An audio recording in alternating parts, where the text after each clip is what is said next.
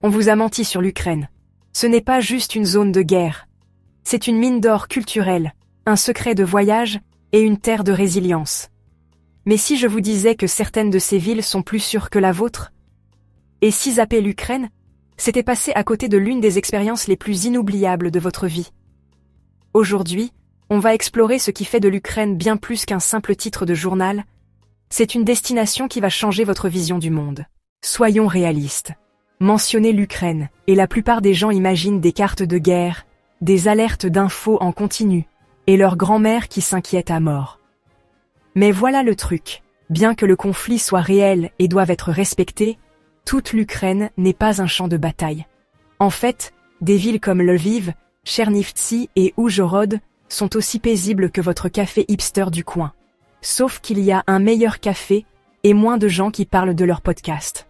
Même Kiev, la capitale, est toujours un centre culturel vibrant, débordant d'histoire, de vie nocturne et de certaines des meilleures spécialités que vous n'aurez jamais goûtées.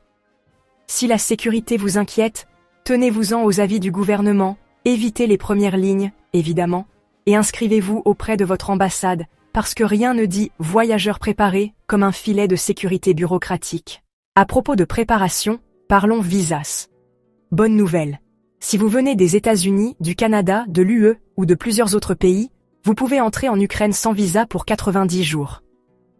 Si vous avez besoin d'un visa, faites votre demande à l'avance. La bureaucratie avance à son propre rythme et l'Ukraine ne fait pas exception.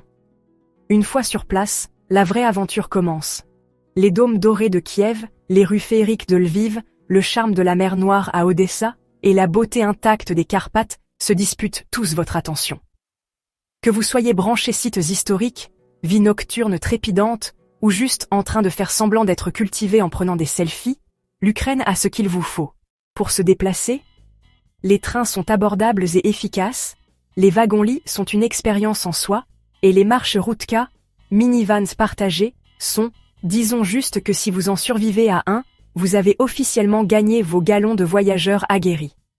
Les villes ont des taxis et des applications de covoiturage comme Uklon et Bolt, juste, mettez-vous d'accord sur le prix avant de monter, à moins que vous n'aimiez les surprises financières.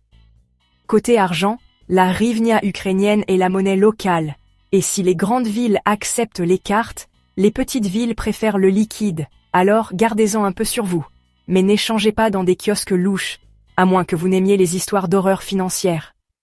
Maintenant, parlons étiquette. Les Ukrainiens apprécient les efforts, alors apprendre quelques phrases de base aide beaucoup. Surtout que beaucoup préfèrent l'ukrainien au russe, pour des raisons évidentes. Une poignée de main ferme, un contact visuel direct, et éviter les débats politiques vous seront également utiles. Et si quelqu'un vous invite, apportez un petit cadeau, c'est poli, et ça augmente vos chances d'avoir plus à manger, ce qui est une victoire. En parlant de nourriture, la cuisine ukrainienne est un chef-d'œuvre de glucides et de réconfort. Le bortsch, les vareniki, raviolis, et les holubatsi, rouleaux de choux farcis, sont tous des incontournables. Et si vous voulez impressionner les locaux, avaler un shot de horilka, vodka ukrainienne, sans faire la grimace, est une sacrée prouesse. Côté bagages, la météo ukrainienne est plus capricieuse qu'un adolescent. Les hivers sont rudes, les étés peuvent être chauds, et le printemps et l'automne sont parfaits. Habillez-vous en conséquence, apportez un adaptateur, ils utilisent des prises européennes, et investissez dans des chaussures de marche confortables parce que vous en aurez besoin. Enfin, le moment de votre visite est important. Le printemps et l'automne sont des périodes en or, l'été est animé, surtout sur la côte de la mer Noire, et l'hiver transforme les Carpates en un pays des merveilles enneigées. Et si vous voulez voir l'Ukraine sous son jour le plus festif, planifiez votre voyage autour de Noël orthodoxe en janvier ou de la fête de l'indépendance en août. Préparez-vous juste à des célébrations qui feront passer vos soirées de réveillon pour des fêtes d'enfants. L'Ukraine n'est pas juste une destination, c'est une expérience, une histoire et une leçon de résilience. Si vous êtes partant pour l'aventure, ça pourrait bien changer votre vision du monde. Maintenant, dites-moi, envisageriez-vous de voyager en Ukraine? Laissez vos réflexions dans les commentaires. Et si ce n'est pas déjà fait, abonnez-vous, prenez soin de vous, prenez soin de vos proches, et on se retrouve bientôt dans une autre vidéo.